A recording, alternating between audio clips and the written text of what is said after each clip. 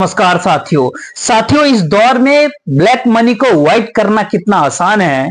इसी दौर में मनी लॉन्ड्रिंग आप करते जाइए और आपके ऊपर कोई हाथ नहीं डाल सकता है, कितना आसान हो गया है। इसी दौर में सेल कंपनियों का पैसा कॉर्पोरेट के नेटवर्थ को कैसे बढ़ाता है, ये सारा खेल क्या इस दौर में देश में चल रहा है। और इसी दौर में पॉलिटिकल फंडिंग जो कॉर्पोरेट के आश्रय होती थी, उसी कॉर्पोरेट के कौड़ियों के मॉल इस भारत देश की संपत्ति सौंपी जा रही है।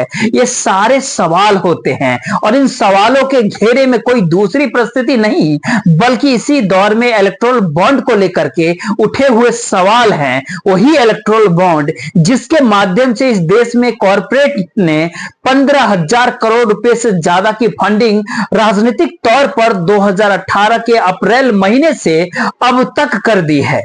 तो क्या यह सारा पैसा, सारी पूंजी किसने दी, किसको दी, इसको जानने का अधिकार इस भारत देश के आम लोगों को नहीं है? क्या यह सच में इस देश के भीतर में जो लोग जिस बात से अनभिज्ञ रहे कि वह कौन से कॉर्पोरेट है, वो कौन सी राजनीतिक पार्टी है जिसको यह पैसा दिया जाता है और उस पैसे के एवज में उस कॉर्पोरेट को लाभ पहुंचाया जाता है, क्या यह जानने का अधिकार इस भारत देश के आम लोगों को नहीं है? यही वह सारे सवाल है जिसको पूरी तरीके से गैर कानूनी घोषित सुप्रीम कोर्ट में कर दिया है। इलेक्टोरल बॉन्ड को असंवैधानिक करार दे दिया। यानी आज के बाद से इलेक्टोरल बॉन्ड जिसके जरिए हजारों करोड़ का खेल इस भारत देश के भीतर होता रहा है, अब उस पर नकेल पूरी तरह से कस दी गई, उस पर रोक लगा दी गई। जिन इलेक्टोरल बॉन्ड को जो जनवरी के महीने में खरीदे गए उसको अभी तक भुनाया नहीं गया है, तो उसके ऊपर भी रोक लगा दी गई। और सुप्रीम कोर्ट के 5 जजों के संवैधानिक बेंच ने, जिसके भीतर खुद चीफ जस्टिस डी.वाई. चंद्रचूड़ साहब भी मौजूद थे, जब ये फैसला आया तो एक ही झटके में इलेक्टोरल बॉन्ड को लेकर के वह सारे तमाम पन्ने खुलने लगे जिसके जरिए यह जिक्र बार बार देश में होता था। क्या सच में इस देश में राजनीति करने के लिए बहुत पैसा चाहिए और खूब पैसा कॉर्पोरेट देने को तैयार है, उसके एवज में वह इस देश की संपत्ति कौड़ियों के मॉल खुद चाहता है। लेकिन ये सारे सवाल अब भी छुपा हुआ है। क्या सच में देश में ऐसी स्थिति आ सकती है जिसमें बताया जाए कि किस कॉर्पोरेट ने किस पॉलिटिकल पार्टी को कितनी रकम दी? सुप्रीम कोर्ट ने आज जब फैसला सुनाया तो उन्होंने 3 बातें साफ तौर पे कही। एक, यह इलेक्टोरल बॉन्ड दरअसल दोष के लोगों के ही सच को छुपाया जाता है या फिर झूठ परोसा जाता है, या फिर कॉन्स्टिट्यूशनली ये टिकेगा नहीं क्योंकि इस भारत देश में एक आरटीआई एक्ट भी है, यानी जनता को जानने का अधिकार है, उसके ये अवहेलना कर रहा है। तो अब इसके ऊपर रोक लग जाती है और अब ये इलेक्टोरल बॉन्ड बंद हो जाता है। वहीं दूसरी सवाल होती है कि इस दौर में जो कॉर्पोरेट कितनी बड़ी संख्या में सरकार को पैसा देते हैं, क्योंकि इलेक्टोरल बॉन्ड के जरिए यह बार बार यही डाटा देश में निकल के आते हैं कि सबसे ज्यादा पैसा सत्ताधारी पार्टी के पास जाता है। तो अब ऐसे में उस कॉर्पोरेट ने कितना पैसा दिया और अप्रैल 2019 के बाद से जो कुछ भी रकम दी गई उसका पूरा कच्चा चिट्ठा अब 3 हफ्तों के भीतर में देश के सामने लाना पड़ेगा। और वही तीसरी परिस्थिति होती है, सच में जिन सवालों को इलेक्टोरल बॉन्ड को लाने से पहले इलेक्शन कमीशन, चुनाव आयोग ने उठाया था, आरबीआई ने उठाया था, सुप्रीम कोर्ट ने भी खुद उठाया था, क्या वो सारे बातें अब सच लगने लगी है? जिसके भीतर ब्लैक मनी को व्हाइट करने का जिक्र था, फॉरेन फंडिंग का मामला था, मनी लॉन्ड्रिंग का मामला था, सेल कंपनियों का जिक्र होता है, ये सारे परिस्थिति क्या इस दौर में अब सामने देश में आ जाएगी? क्योंकि सुप्रीम कोर्ट में 3 हफ्ते का वक्त मिला है। सामान्य तौर पर भारतीय जनता पार्टी ये कहने से चूकती नहीं है कि देखिए फंडिंग तो सबको मिलती थी, इसके भीतर सिर्फ हमारे खिलाफ फैसला कैसे हुआ। लेकिन वहीं दूसरा सच देश का यह भी होता है, करीब करीब 72% फंडिंग जो होती है वो सीधे भारतीय जनता पार्टी के हक में जाती रही, जो हर बार वह चुनाव आयोग को, इलेक्शन कमीशन को अपने आय व्यय का जो पूरा ब्यौरा सौंपते उसमें खुल करके सामने नजर आने लगा। वहीं दूसरा सवाल होता है कि बाकी करीब 28% में कांग्रेस समेत इस भारत देश के तमाम नेशनल पार्टी और तमाम रीजनल पॉलिटिकल पार्टी सबका बंदरबाट उसी पैसे में होता था। तो 72% वाला जो पा रहा था बीजेपी, अब उसके ऊपर नकेल कस गई और एक सवाल तुरंत उभर गया, क्या 2024 के लोकसभा चुनाव से पहले ये नरेंद्र मोदी सरकार को सबसे बड़ा झटका लग चुका है? इसलिए भी लग चुका है क्योंकि इस दौर में सत्ता का पूरा चकाचौंध प्रचार से लेकर के विधायकों की खरीद फरोख्त और सत्ता को डिगाने के लिए और बूथ स्तर से लेकर के ऊपर स्तर तक जो पूरी प्रक्रिया होती है उसके भीतर केवल पैसा ही रेंगता है।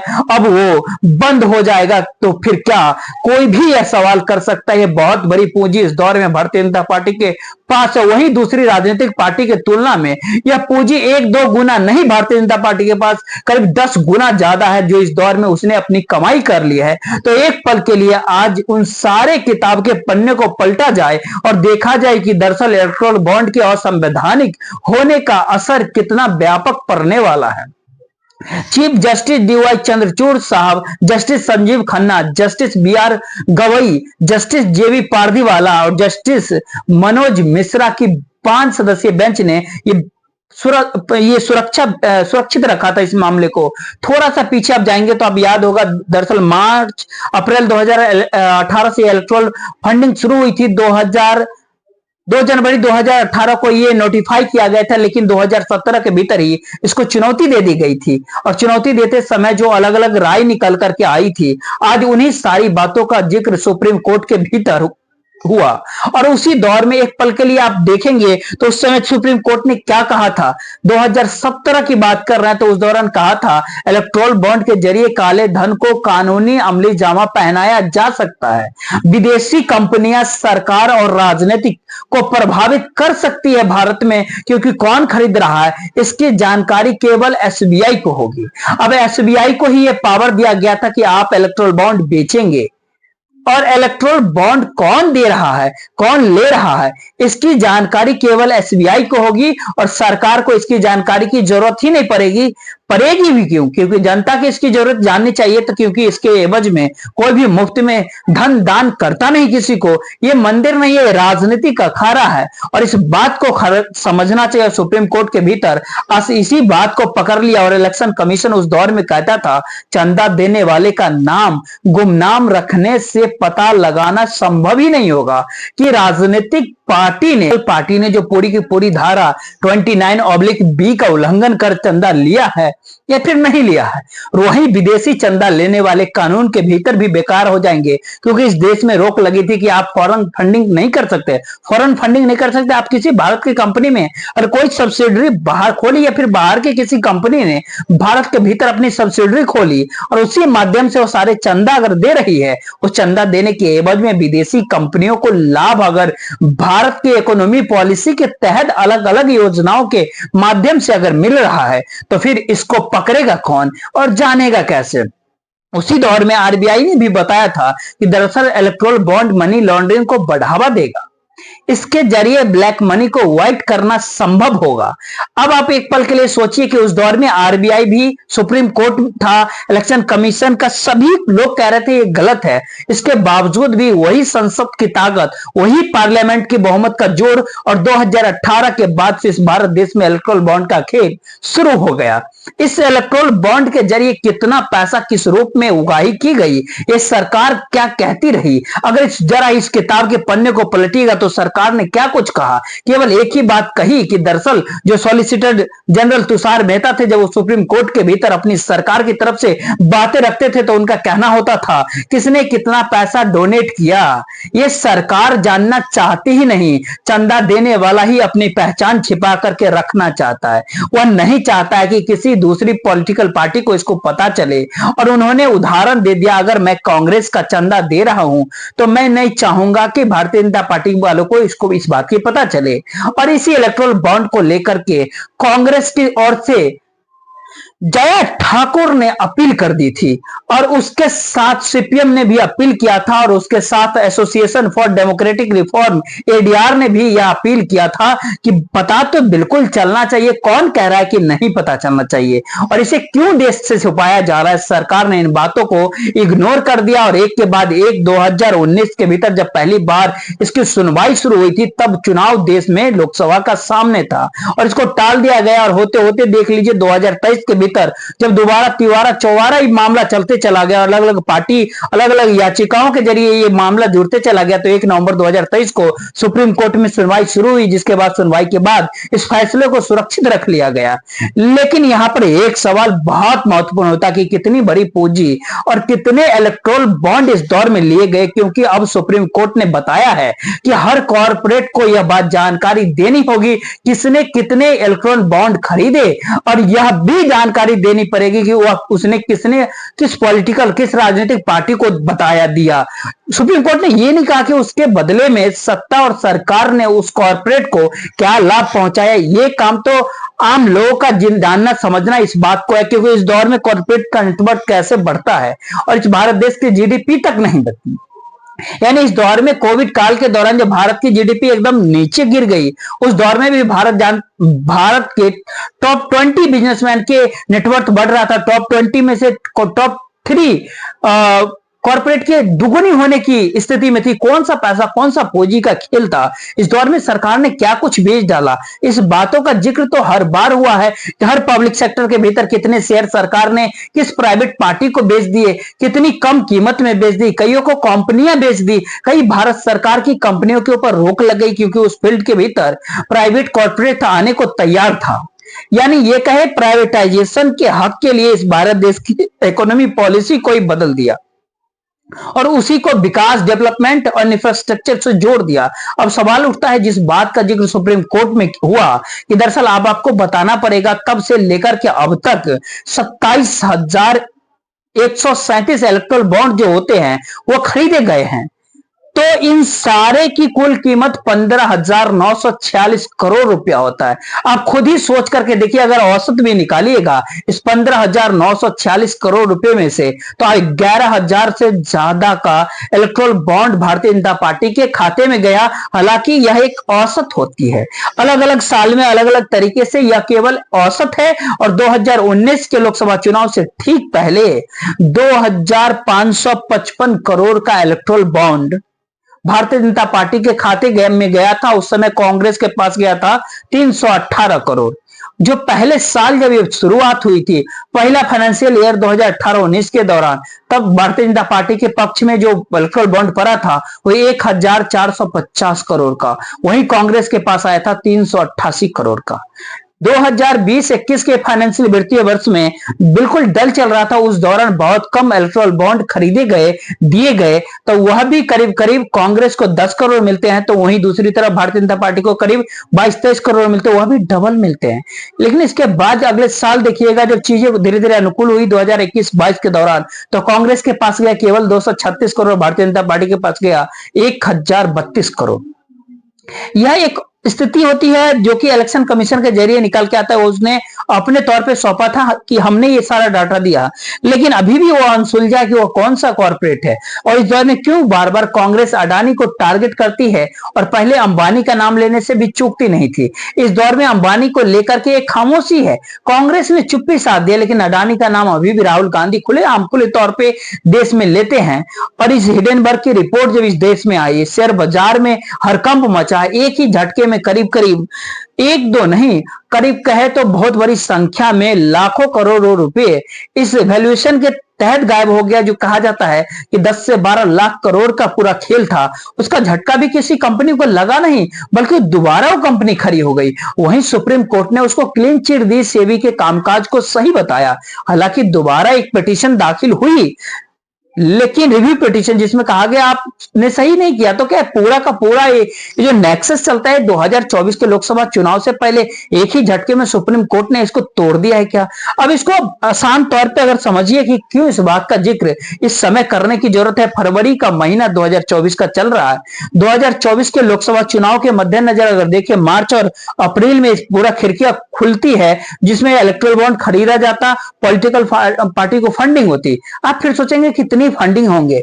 इसके लिए आपको 2019 के लोकसभा चुनाव के पास ले चलते हैं। 2019 के लोकसभा चुनाव से पहले मार्च में 1,365 करोड़ के इलेक्ट्रल बॉन्ड देश में खरीदे और पॉलिटिकल फंडिंग हुई। अप्रैल के महीने, अप्रैल 2019 के दौर में यह बढ़ करके मैक्सिमम पे गया 2,256 करोड़ रुपए।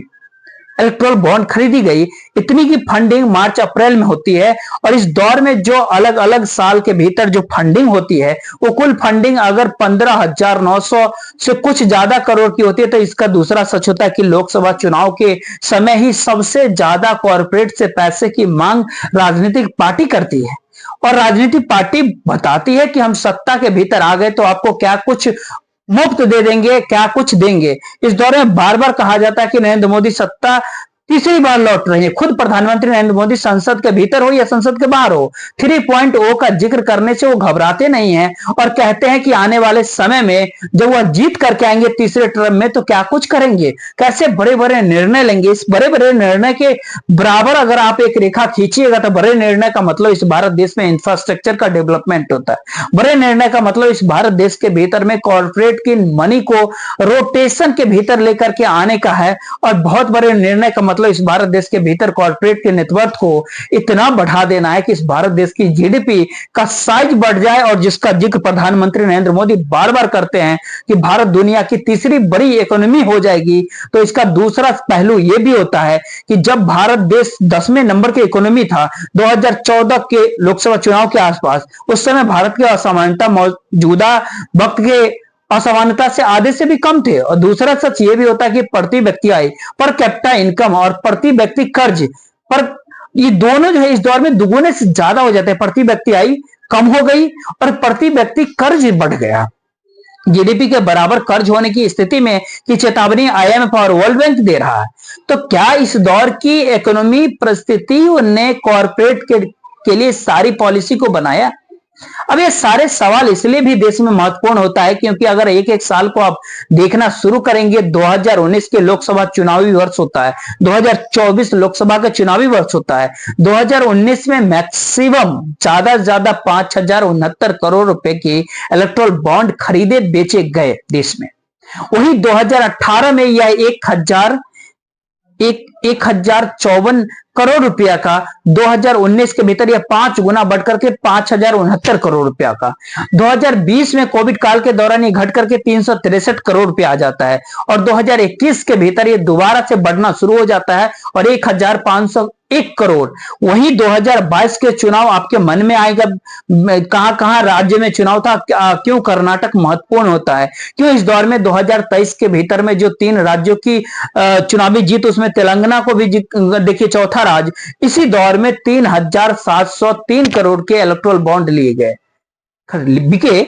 तो 2022 के भीतर 2023 में उसमें ये ऐड कर दीजिएगा, 2023 के जो 3 राज्यों के चुनाव हो रहे थे, 2 राज्यों, सारे 4,244 करोड़ रुपए का इलेक्ट्रल बॉन्ड होता है। यानी कुल मिलाकर 2022 और 23 के चुनाव के दौरान जो लोकसभा चुनाव नहीं होता, राज्य के अलग अलग राज्यों के भीतर चुनाव थे, कितने महत्वपूर्ण हो गए, जिसके भीतर इलेक्ट्रल बॉन्ड जो होता है ये करीब करीब 7,945 करोड़ रुपए के बॉन्ड खरीदे जाते हैं, इलेक्ट्रल बॉन्ड। आप सोचेंगे जैसे ही चुनाव का जिक्र होता है, 2019 में लोकसभा चुनाव में 5,000 करोड़ से ज्यादा, 2022-23 के विधानसभा चुनाव में 7,000, लगभग 8,000 करोड़ के आसपास। अब 2024 के लोकसभा चुनाव आ रहा था तो इसके ऊपर अब रोक लग चुकी है। तो अब सवाल होता है क्या सच में इसकी असर दूसरे पॉलिटिकल पार्टी पे पड़ेगा या फिर नहीं पड़ेगा? उनके ऊपर केवल इतना असर पड़ेगा, वो स्थिति में नहीं होगा कि इस चुनाव के भीतर वह बूथ स्तर पर बैठने वाले कर्मचारी को भी एक दिन का 10,000 रुपया दे दे, लेकिन इस 10,000 रुपये इस दौर में दिए जाएंगे। एक दिन बूथ स्तर पर जो बैठा होता है उनको 10,000 रुपया कौन देगा? तो भारत देश के भीतर मनरेगा में 200 से 500 रुपए हो जाए, 100 दिन से 200 दिन हो जाए काम, इसकी लड़ाई जद्दोजहद चल रही। लेकिन चुनाव के समय एक दिन में अगर 10,000 रुपए तक आप अगर कमा सकते हैं तो चुनाव की महत्ता देश में कितनी होती है, कितने नोट चुनाव में बांटे जाते हैं, कितने प्रचार में लुटाए जाते हैं, जिस तरह से मंचों का तैयार किया जाता है, मंचों पर आने के लिए लोगों की जो आवाजाही होती है उस पैसे उसको कहां से आते हैं? इलेक्शन कमीशन के पास सौंपी गई तमाम पॉलिटिकल पार्टी के जो डाटा निकल के आते हैं, आंकड़े होते हैं, वो बताने में काफी चौकन्ना हो जाती है। क्योंकि 1 रुपए के हिसाब से अगर देखिएगा तो 1 रुपया कोई पॉलिटिकल इकोनॉमी के तौर पर है। तो इस भारत देश के चुनाव में 2024 के लोकसभा चुनाव के अगर औसत देखेंगे तो फिर कांग्रेस उस 1 रुपए में से 8 पैसा खर्च करने की स्थिति में होती है। वहीं बाकी तमाम राजनीतिक पार्टी, चाहे रीजनल फोर्सेस ले लीजिए, बाकी नेशनल पॉलिटिकल पार्टी ले लीजिए, उन सबको मिला दीजिएगा तो 12 पैसे सब मिलाकर के खर्च करते हैं। और बाकी इसी पैसे भारतीय जनता पार्टी के हिस्से में बाकी पैसे आते हैं, 80 पैसे खर्च इस देश में पॉलिटिकल तौर पर चुनाव लड़ने के समय होती है। तो क्या इन सारी परिस्थितियों के भीतर अगला सवाल उठता है, सबसे बड़ी होती है क्या क्या यह पूरा कच्चा चिट्ठा जो है अब 2024 के लोकसभा चुनाव के पहले जो कॉर्पोरेट और सत्ता के जो नेक्सस होता था, अब वह उभर करके देश के सामने आ जाएगा, क्योंकि सुप्रीम कोर्ट ने बार बार एक ही बात कही है। महत्वपूर्ण होता है इस देश की जनता को हर चीज की जानकारी का होना, और इसीलिए कानूनी तौर पर आरटीआई एक्ट जब लाया गया देश में तो जानकारी होनी चाहिए आम जनता को। अगर आप इस बात पर गौर करेंगे कि इस दौर में प्रधानमंत्री नरेंद्र मोदी केयर भी प्रधानमंत्री केयर और सरकार से जुड़ा हुआ नहीं होता है, बल्कि उसको प्राइवेट पार्टी के तौर पर हाई कोर्ट के भीतर दलील देते समय जो नुमाइंदे होते हैं उन्होंने इस बात को रखा और कहा इसका प्रधानमंत्री से कुछ लेना देना नहीं है, इसका सरकार से कुछ भी लेना देना नहीं है। दफ्तर चाहे सरकारी दफ्तरों के भीतर चल रहा हो, उसके ट्रस्ट के भीतर लोग चाहे कैबिनेट मिनिस्टर और खुद प्रधानमंत्री नरेंद्र मोदी की मौजूदगी हो, और उस पीएम केयर के पैसे तक के फैसला देने की स्थिति में खुद प्रधानमंत्री नरेंद्र मोदी की पॉलिसियां, नीतियां, लेकिन पीएम केयर के बारे में जानकारी आरटीआई के जरिए नहीं। इस भारत देश में पीएमओ के भीतर की जानकारी आरटीआई एक्ट के जरिए नहीं मिली। इस भारत देश के भीतर में तमाम मिनिस्ट्री के कच्चा चेष्टा अगर सीएजी अगर नहीं सामने ला पा रहा है, इस भारत देश के भीतर में अलग अलग मंत्रालयों की रिपोर्ट कहीं सामने नहीं आ पा रही है, तो आरटीआई के जरिए जब आप फाइल करेंगे तो कहा जाएगा उसके भीतर सीएजी के जिम्मे है। अब सबसे बड़ा सवाल उठता है कि क्या सरकार ने जब इस हर संस्था के ऊपर इस दौर में कब्जा कर लिया, उसके भीतर चुनाव आयोग, इलेक्शन कमीशन भी नहीं बचा, और चुनाव आयुक्त तो 2017 के भीतर यह कहने से चूक नहीं रहा था, उस समय का गठबंधन बताता है इलेक्शन कमीशन जब वो ये कह रहा था कि पॉलिटिकल पार्टी को चंदा देने वाले का नाम गुमनाम रखने से पता लगाना संभव नहीं होगा कि राजनीतिक दल ने धारा 29/B का उल्लंघन कर चंदा लिया है या फिर नहीं लिया, और विदेशी चंदा लेने वाले कानून भी बेकार हो जाएंगे देश में। आप चुनाव आयोग चुप होता है क्योंकि चुनाव आयुक्त की नियुक्ति कौन करेगा? नियुक्ति प्रधानमंत्री करेंगे। तो फिर प्रधानमंत्री से नियुक्त होने वाला व्यक्ति सवाल कैसे कर सकता है? यही सवाल सुप्रीम कोर्ट के भीतर उठा, तो सुप्रीम कोर्ट के फैसले को दरकिनार करते हुए पॉलिटिकल पार्लियामेंट के भीतर कानून तैयार कर लिया गया, कानून बना लिया गया। तो अगला सवाल उठता है कि 2024 को फंडिंग को लेकर के अब सरकार कोई नया कानून देश में सामने ला सकती है, कोई विधेयक सामने ला सकती है, कैबिनेट कोई नया कोई प्रस्ताव पास कर सकती है कि किसी भी हालत में, क्योंकि इस भारत देश के भीतर जो अलग अलग इलेक्टोरल ट्रस्ट के जरिए जो पैसा आ रहा है, वो सारा पैसा अगर 2018 से 2023 तक आप देखेंगे तो सारा का सारा पैसा अगर आप इकट्ठा कर भी दीजिएगा तो उस पैसा का पूरा आकलन 1000 करोड़ से ज्यादा का होता नहीं है, और यहां तो 15,000 करोड़ के पार होते हैं। या तो भारतीय जनता पार्टी 10,000 करोड़ से पार पाई जाती। तो फिर यहाँ पे ऐसे में सुप्रीम कोर्ट के भीतर क्या वर्तमान मोदी सत्ता को एक ऐसा झटका चुनाव से 2024 के लोकसभा चुनाव से पहले एक ऐसा झटका लग गया जिसके बाद सरकार के सामने अब तमाम वो अपनी पूंजी को निकालने की जरूरत पड़ेगी, जो अभी तक वो लगातार खजाने के भीतर बढ़ती जा रही थी, और इस बात से उसको कोई भय ही नहीं था कि इस भारत देश के कॉर्पोरेट पैसा लुटाने को तैयार है, क्योंकि कॉर्पोरेट बिना सरकार के आगे बढ़ नहीं सकता है। और ये सारा सच रहा भी देश के भीतर, और ये मौजूदा समय में केवल और केवल कॉर्पोरेट और सत्ता के खुले नेक्सस के तौर पर देश के सामने उभरेगा, ये किसी ने नहीं सोचा होगा। इससे पहले भी कॉर्पोरेट का साथ रहा था, लेकिन एक के हाथ में सब कुछ सौंप देना, चाहे वो सड़क हो, चाहे देश की बिजली हो, पानी हो, चाहे हवाई अड्डे हो, चाहे पावर ट्रांसमिशन हो, कोयले हो, कम्युनिकेशन हो, चाहे माइनिंग हो, चाहे इस देश के एफसीआई का गोडाउन हो, चाहे अनाज हो, चाहे फल हो, सब्जी हो, कुछ भी हो, सब कुछ सौंप देना। और इस देश के भीतर में खुले तौर पर सरकार और प्रधानमंत्री नरेंद्र मोदी अलग अलग मंचों से जरिए भाषणों में यह संकेत दे कि इतनी बड़ी संख्या में हमने इस देश के कानूनों को खत्म कर दिया, लेकिन उसके बावजूद भी अगर ब्लैक से सारा खेल हो रहा है, उसके बावजूद भी मनी लॉन्ड्रिंग के जरिए कॉर्पोरेट की फंडिंग हो रही है, उसी के जरिए सेल कंपनियों के जरिए नेटवर्थ कॉर्पोरेट का बढ़ रहा है, तो फिर क्या यह एक ऐसा फैसला है जो राजनीतिक पॉलिटिकल तौर पर वर्तमान सत्ताधारी पार्टी यानी भारतीय जनता पार्टी को, बीजेपी को एक झटका लग चुका है 2024 के लोकसभा चुनाव से पहले, और राजनीतिक तौर पर बीजेपी के बिसात बिछाने वाले नरेंद्र मोदी और शाह के यह सुप्रीम कोर्ट के सबसे बड़ा फैसला होगा उनके लिए, जो आने वाले समय में इस भारत देश की एक पॉलिटिकल और राजनीति और चुनावी परिस्थिति को प्रभावित कर सकता है या फिर नहीं करेगा। अब फैसला इसके ऊपर भी टिका हुआ है। देखते रहिए, नजर बनाए रखिए। जय हिंद, जय भारत।